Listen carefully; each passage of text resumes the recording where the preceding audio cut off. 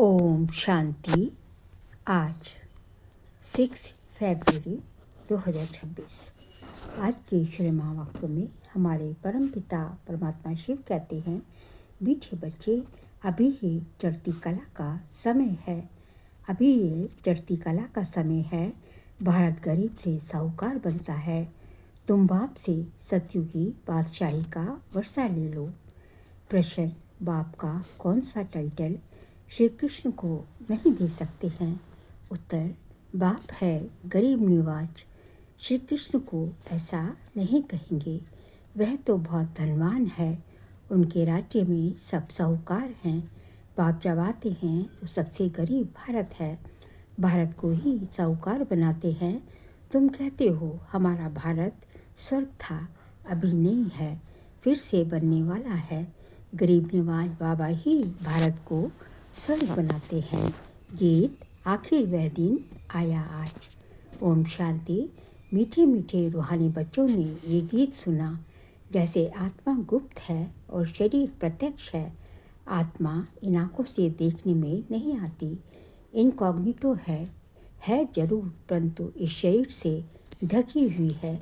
इसलिए कहा जाता है आत्मा गुप्त है। आत्मा खुद कहती है, मैं निराकार हूँ, यहाँ साकार में आकर गुप्त बनी हूँ।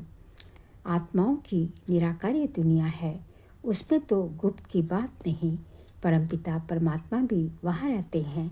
उनको कहा जाता है सुप्रीम, ऊंच ते ऊंच आत्मा, परे ते परे रहने वाली परमात्मा। बाप कहते हैं, जैसे तुम गुप्त हो, मुझे भी गुप्त जाना पड़े, मुझे भी गुप्त आना पड़े। मैं इस तन में आता हूँ तो भी मेरा नाम नहीं बदलता। इनकी आत्मा का जो शरीर है, इनका नाम बदलता है। मुझे तो शिव ही कहते हैं, सब आत्माओं का बाप। तो तुम आत्माएं इस शरीर में गुप्त हो, इस शरीर द्वारा कर्म करती हो। मैं भी गुप्त हूँ। तो बच्चों को ये ज्ञान अभी मिल रहा है कि आत्मा इस शरीर से ढकी हुई है। आत्मा है इनकॉग्निटो, शरीर है कॉग्निटो। मैं भी हूँ अशरीरी। बाप इनकॉग्निटो इस शरीर द्वारा सुनाते हैं। तुम भी इनकॉग्निटो हो, शरीर द्वारा सुनते हो। तुम जानते हो बाबा आया हुआ है भारत को फिर से गरीब से साहूकार बनाने। तुम कहेंगे हमारा भारत, हर एक अपने स्टेट के लिए कहेंगे हमारा गुजरात, हमारा राजस्थान। हमारा कहने से उसमें मोह रहता है। हमारा भारत गरीब है, ये सभी मानते हैं, परंतु उन्हें ये पता नहीं कि हमारा भारत साहूकार कब था, कैसे था। तुम बच्चों को बहुत नशा है। हमारा भारत तो बहुत साहूकार था, दुख की बात नहीं थी। सतयुग में दूसरा कोई धर्म नहीं था, एक ही देवी देवता धर्म था। ये किसको पता नहीं है। ये जो वर्ल्ड की हिस्ट्री ज्योग्राफी है, ये कोई नहीं जानते। अभी तुम अच्छी रीति समझते हो। हमारा भारत बहुत साहूकार था, अभी बहुत गरीब है। अब फिर बाप आए हैं साहूकार बनाने। भारत सतयुग में बहुत साहूकार था, जबकि देवी देवताओं का राज्य था। फिर वह राज्य कहाँ चला गया, ये कोई नहीं जानते। ऋषि मुनि आदि भी कहते थे, हम रचता और रचना को नहीं जानते हैं। बाप कहते हैं, सतयुग में भी देवी देवताओं को रचता और रचना के आदि मध्य अंत का ज्ञान नहीं था। अगर उन्हों को भी ज्ञान हो कि हम सीढ़ी उतरते कलयुग में चले जाएंगे, तो बादशाही का सुख भी ना रहे, चिंता लग जाए। अभी तुमको चिंता लगी हुई है। हम सतो प्रधान थे, फिर हम सतो प्रधान कैसे बने? हम आत्माएं जो निराकारी दुनिया में रहती थी, वहाँ से फिर कैसे सुखधाम में आए, ये भी ज्ञान है। हम अभी चढ़ती कला में हैं। ये 84 जन्मों की सीढ़ी है। ड्रामानुसार हर एक एक्टर नंबरवार अपने अपने समय पर आकर पाठ बजाएंगे। अभी तुम बच्चे जानते हो गरीब निवाज किसको कहा जाता है, ये दुनिया नहीं जानती। गीत में भी सुना, आखिर वह दिन आया आज, जिस दिन का रास्ता तकते थे। अब सब भक्त जिस दिन का रास्ता तकते थे, सब भक्त भगवान कब आकर हम भक्तों को इस भक्ति मार्ग से छुड़ाए सदगति में ले जाएंगे। ये अभी समझा है। बाबा फिर से आ गया है इस शरीर में। शिव जयंती भी मनाते हैं तो जरूर आते हैं। ऐसे भी नहीं कहेंगे कि मैं श्री कृष्ण के तन में आता हूँ। नहीं, बाप कहते हैं श्री कृष्ण की आत्मा ने 84 जन्म लिए हैं। उनके बहुत जन्मों के अंत का ये अंतिम जन्म है। जो पहले नंबर में था वह अब अंत में है। तत्वम, मैं तो आता हूँ साधारण तन में। तुमको आकर बतलाता हूँ तुमने कैसे 84 जन्म भोगे हैं। सरदार लोग भी समझते हैं एक ओंकार परमपिता परमात्मा बाप है। वह बरोबर मनुष्य से देवता बनाने वाला है। तो क्यों नहीं हम भी देवता बने। जो देवता बने होंगे वे एकदम चटक पड़ेंगे। देवी देवता धर्म का तो एक भी अपने को समझते नहीं। और धर्मों की हिस्ट्री बहुत छोटी है। कोई की 500 वर्ष की, कोई की 1250 वर्ष की। तुम्हारी हिस्ट्री है 5000 वर्ष की। देवता धर्म वाले ही स्वर्ग में आएंगे और धर्म तो आते ही बाद में हैं। देवता धर्म वाले भी अब और धर्मों में कन्वर्ट हो गए हैं। ड्रामानुसार फिर भी ऐसे कन्वर्ट हो जाएंगे, फिर अपने अपने धर्म में लौटकर आएंगे। बाबा समझाते हैं बच्चे, तुम तो विश्व के मालिक थे। तुम भी समझते हो बाबा स्वर्ग की स्थापना करने वाला है। तो हम क्यों नहीं स्वर्ग में होंगे। बाप से हम वर्षा जरूर लेंगे। तो इससे सिद्ध होता है ये हमारे धर्म का है। जो नहीं होगा वह आएगा ही नहीं। कहेंगे पराए धर्म में क्यों जाए। तुम बच्चे जानते हो सतयुग नई दुनिया में देवताओं को बहुत सुख थे। सोने के महल थे। सोमनाथ के मंदिर में कितना सोना था। ऐसा कोई दूसरा धर्म होता ही नहीं। सोमनाथ मंदिर जैसा इतना भारी मंदिर कोई होगा नहीं। बहुत हीरे जवाहरत थे। बुद्ध आदि के कोई हीरे जवाहरत के महल थोड़े ही होंगे। तुम बच्चों को जिस बाप ने इतना ऊंच बनाया है उनकी तुम कितनी इज्जत रखते हो। उनकी तुमने कितनी इज्जत रखी है। इज्जत रखी जाती है ना। समझते हैं अच्छा कर्म करके गए हैं। अभी तुम जानते हो सबसे अच्छे कर्म पतित पावन बाप ही आकर करते हैं। तुम्हारी आत्मा कहती है सबसे उत्तम सेवा बेहद का बाप आकर करते हैं। हमको रंग से राव, बेगत से प्रिंस बना देते हैं। जो भारत को स्वर्ग बनाते हैं उनकी अभी इज्जत कोई नहीं रखते। तुम जानते हो ऊंच से ऊंच मंदिर गाया हुआ है जिसको लूट गए। लक्ष्मी नारायण के मंदिर को कभी कोई ने लूटा नहीं। सोमनाथ के मंदिर को लूटा है। भक्ति मार्ग में भी बहुत धनवान होते हैं। राजाओं में भी नंबरवार होते हैं ना। जो ऊंचे मर्तबे वाले होते हैं तो छोटे मर्तबे वाले उनकी इज्जत रखते हैं। दरबार में भी नंबरवार बैठते हैं। बाबा भी अनुभवी है। कौन सा बाबा? ब्रह्मा बाबा भी अनुभवी है ना। यहाँ की दरबार है पतित राजाओं की। पावन राजाओं की दरबार कैसी होगी। जबकि उनके पास इतना धन है तो उनके घर भी इतने अच्छे होंगे। अभी तुम जानते हो बाप हमको यहाँ पढ़ा रहे हैं। स्वर्ग की स्थापना करा रहे हैं। हम महारानी महाराजा स्वर्ग के बनते हैं। फिर हम गिरते गिरते भक्त बनेंगे। तो पहले शिव बाबा के पुजारी बनेंगे। जिसने स्वर्ग का मालिक बनाया उनकी ही पूजा करेंगे। वह हमको बहुत साहूकार बनाते हैं। अभी भारत कितना गरीब है। जो ज़मीन 500 रुपये में ली थी उसकी वैल्यू आज 5000 से भी अधिक हो गई है। ये सब है आर्टिफिशियल दाम। वहाँ तो धरती का मूल्य होता नहीं। कहाँ सतयुग में जिसको जितना चाहिए ले ले। ढेर की ढेर जमीन पड़ी होगी। मीठी नदियों पर तुम्हारे महल होंगे। मनुष्य बहुत थोड़ी होंगे। प्रकृति दासी होगी। फल फूल बहुत अच्छे मिलते रहते हैं। अभी तो कितनी मेहनत करनी पड़ती है तो भी अन्न नहीं मिलता। मनुष्य बहुत भूख प्यास में मरते हैं। तो गीत सुनने से तुम्हारे रोमांच खड़े हो जाने चाहिए। बाप को गरीब नवाज कहते हैं। गरीब नवाज का अर्थ समझा ना। किसको साहूकार बनाते? जरूर नहीं, जरूर जहाँ आएगा उनको साहूकार बनाएगा ना।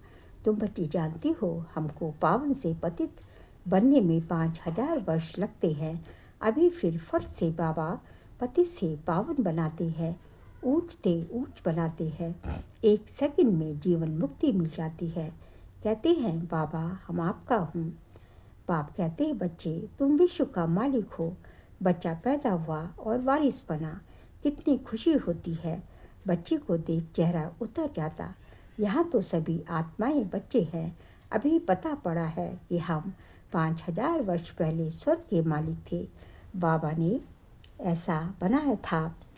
शिव जयंती भी मनाते हैं, परंतु ये नहीं जानते कि ये वह कब आया था। लक्ष्मी नारायण का राज्य था, ये भी कोई नहीं जानते। जयंती मनाते सिर्फ लिंग के बड़े बड़े मंदिर बनाते हैं, परंतु वह कैसे आया, क्या आकर किया, कुछ भी नहीं जानते। इसको कहा जाता है ब्लाइंड फेथ, अंधश्रद्धा। उनको ये पता ही नहीं कि हमारा धर्म कौन सा है, कब स्थापन हुआ। और धर्म वालों को पता है बुद्ध कब आया, तिथि तारीख भी है। शिव बाबा की लक्ष्मी नारायण की कोई तिथि तारीख नहीं है। 5000 वर्ष की बात को लाखों वर्ष लिख दिया है। लाखों वर्ष की बात किसको याद आ सकेगी क्या? भारत में देवी देवता धर्म कब था ये समझते नहीं। लाखों वर्ष के हिसाब से तो भारत की आबादी सबसे बड़ी होनी चाहिए। भारत की ज़मीन भी सबसे बड़ी होनी चाहिए। लाखों वर्ष में कितने मनुष्य पैदा होते, बेशुमार मनुष्य हो जाए। इतने तो हैं नहीं, और ही कमती हो गए हैं। ये सब बातें बाप बैठ समझाते हैं। मनुष्य सुनते हैं तो कहते हैं ये बातें तो कभी नहीं सुनी, ना कोई शास्त्र में पढ़ी। ये वंडरफुल बातें हैं। अभी तुम बच्चों की बुद्धि में सारे चक्र की नॉलेज है। ये बहुत जन्मों के अंत में अपतित आत्मा है। जो सतो प्रधान था सो अब तुम प्रधान है, फिर सतो प्रधान बनना है। तुम आत्माओं को अब शिक्षा मिल रही है। आत्मा कानों द्वारा सुनती है तो शरीर झूलता है, क्योंकि आत्मा सुनती है ना। बरोबर हम आत्माएं 84 जन्म लेती हैं। 84 जन्म में 84 माँ बाप जरूर मिले होंगे। ये भी हिसाब है ना। बुद्धि में आता है हम 84 जन्म लेते हैं, फिर कम जन्म वाले भी होंगे। ऐसे थोड़ी ही सब 84 जन्म लेंगे। बाप बैठ समझाते हैं शास्त्रों में क्या क्या लिख दिया है। तुम्हारे लिए तो फिर भी 84 जन्म कहते, मेरे लिए तो अनगिनत बेशुमार जन्म कह देते। कण कण में पत्थर बित्तर में ठोक दिया है। बस जिधर देखता हूँ तो ही तू है, कृष्ण ही कृष्ण है। मथुरा वृंदावन में ऐसे कहते रहते हैं, कृष्ण ही सर्वव्यापी है। राधे पंथी वाले फिर कहेंगे राधे ही राधे है।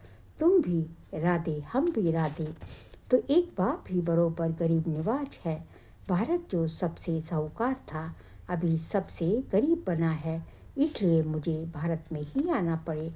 ये बना बनाया ड्रामा है, इसमें जरा भी फर्क नहीं हो सकता। ड्रामा जो शूट हुआ वह हूबहू रिपीट होगा, इसमें पाई का भी फर्क नहीं हो सकता। ड्रामा का भी पता होना चाहिए। ड्रामा माना ड्रामा, वह होते हैं हद के ड्रामा। ये है बेहद का ड्रामा। इस बेहद के ड्रामा के आदि मध्य अंत को कोई नहीं जानते, तो गरीब निवाज निराकार भगवान को ही मानेंगे, श्री कृष्ण को नहीं मानेंगे। श्री कृष्ण तो धनवान सतयुग का प्रिंस बनते हैं। भारत भगवान को तो अपना शरीर है नहीं, वह आकर तुम बच्चों को धनवान बनाते हैं, तुमको राजयोग की शिक्षा देते हैं, पढ़ाई में बैरिस्टर आदि बनकर फिर कमाई करते हैं। बाप भी तुमको अभी पढ़ाते हैं, तुम भविष्य में नर से नारायण बनते हो। तुम्हारा जन्म तो होगा ना, ऐसे तो नहीं स्वर्ग कोई समुद्र से निकल आएगा। श्री कृष्ण ने भी जन्म लिया था। कंसपुरी आदि तो उस समय थी नहीं। श्री कृष्ण का कितना नाम गाया जाता है, उनके बाप का गायन ही नहीं। उनका बाप कहाँ है? जरूर श्री कृष्ण किसी का बच्चा होगा ना। श्री कृष्ण जब जन्म लेते हैं तब थोड़े बहुत पतित भी रहते। श्री कृष्ण जब जन्म लेते हैं तब थोड़े बहुत पतित भी रहते हैं। जब वह बिल्कुल खत्म हो जाते हैं तब वह गद्दी पर बैठते हैं, अपना राज्य ले लेते हैं। तब से ही उनका संवत शुरू होता है। लक्ष्मी नारायण से ही संवत शुरू होता है। तुम पूरा हिसाब लिखते हो, इनका राज्य इतना समय, फिर इनका इतना समय, तो मनुष्य समझेंगे ये कल्प की आयु बड़ी हो नहीं सकती। 5000 वर्ष का पूरा हिसाब है। तुम बच्चों की बुद्धि में आता है हम कल स्वर्ग के मालिक थे, बाप ने बनाया था, तब तो उनकी हम शिव जयंती मना रहे हैं। तुम सबको जानते हो क्राइस्ट, गुरु नानक आदि फिर कब आएंगे, ये तुमको नॉलेज है। वर्ल्ड की हिस्ट्री, ज्योग्राफी हूबहू रिपीट होती है। ये पढ़ाई कितनी सहज है। तुम स्वर्ग को जानते हो, बरोबर भारत स्वर्ग था। भारत अविनाशी खंड है। भारत जैसी महिमा और कोई की हो नहीं सकती। सबको पतित से पावन बनाने वाला एक ही बाप है। अच्छा, मीठे मीठे सिक्के दे बच्चों प्रति माता पिता बाप दादा का याद प्यार और गुड मॉर्निंग। रूहानी बाप की रूहानी बच्चों को नमस्ते। हम रूहानी बच्चों की रूहानी बाप दादा को नमस्ते नमस्ते, गुड मॉर्निंग। शुक्रिया बाबा, शुक्रिया। सार के लिए पॉइंट्स है। ड्रामा के आदि मध्य अंत का ज्ञान बुद्धि में रखते हुए सब चिंताएं छोड़ देनी है। एक सतु प्रधान बनने की चिंता रखनी है। सेकंड पॉइंट, गरीब निवाज बाबा भारत को गरीब से साहूकार बनाने आया है। उनका पूरा मददगार बनना है। अपनी नई दुनिया को याद कर सदा खुशी में रहना है। आज का बाबा का वरदान है, दिल में सदा एक राम को बसा कर सच्ची सेवा करने वाले मायाजीत विजयी भव। दिल में सदा एक राम को बसाकर सच्ची सेवा करने वाले मायाजीत विजयी भव। हनुमान की विशेषता दिखाते हैं कि वह सदा सेवाधारी महावीर था, इसलिए खुद नहीं जाता, इसलिए खुद नहीं जला, लेकिन पूछ द्वारा लंका जला दी। तो यहाँ भी जो सदा सेवाधारी है वही माया के अधिकार को खत्म कर सकते हैं। जो सेवाधारी नहीं वह माया के राज्य को जला नहीं सकते। हनुमान के दिल में सदा एक राम बसता था। तो बाप के सिवाय और कोई दिल में ना हो, अपनी ध्येय की स्मृति भी ना हो, तब मायाजीत विजयी बनेंगे। स्लोगन है, जैसे आत्मा और शरीर कंबाइंड है, ऐसे आप बाप के साथ कंबाइंड रहो। जैसे आत्मा और शरीर कंबाइंड है, ऐसे आप बाप के साथ कंबाइंड रहो। बाबा कहते हैं जैसे आत्मा को शरीर से अलग नहीं किया जा सकता, इसी तरह जो है आप भी जो है बाबा के साथ कंबाइंड होके रहो, कि करण करावन हाथ बन के रहो। तो जो है फिर जो है सदा ही आप जो है कल्याण ही कल्याण है। क्योंकि संगम पर जो है हमारा टाइटल क्या है, विश्व कल्याणकारी है। तो हमें सदा जो है अपने बाबा के साथ, शिव बाबा के साथ कंबाइंड होके रहना की आवश्यकता है। फिर फरवरी मास का व्यक्तिचार्य का सब्जेक्ट है, एकता और विश्वास की विशेषता द्वारा सफलता संपन्न भव। एकता और विश्वास की विशेषता द्वारा सफलता संपन्न बनो। आज का पॉइंट है, संगठन में हर एक की विशेषता को देखना, विशेषता ही ग्रहण करना और कमजोरियों को मिटाने का प्रयत्न करना, यही विधि है एकता का संगठन मजबूत करने की। सबकी विशेषता को देखना और सबकी विशेषता को ही ग्रहण करना और कमजोरियों को मिटाने का प्रयत्न करना, यही जो है आपकी जो है खूबी जो है आपको जो आपके संगठन को एकता में पिरो देगी।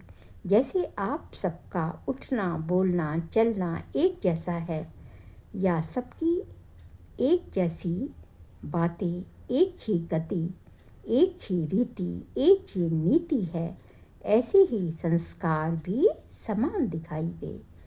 भिन्नता होते भी एक दो में विश्वास रख, सबके विचारों को सत्कार दो, यही एकता का आधार है। सबके संस्कार भिन्न भिन्न जरूर होंगे, लेकिन भिन्न भिन्न होते भी हमें दूसरे के संस्कारों को रिस्पेक्ट देना है, आदर देना है, सत्कार देना है। तो जो है तभी जो है भिन्नता में एकता दिखाई देगी। अच्छा, ओम शांति।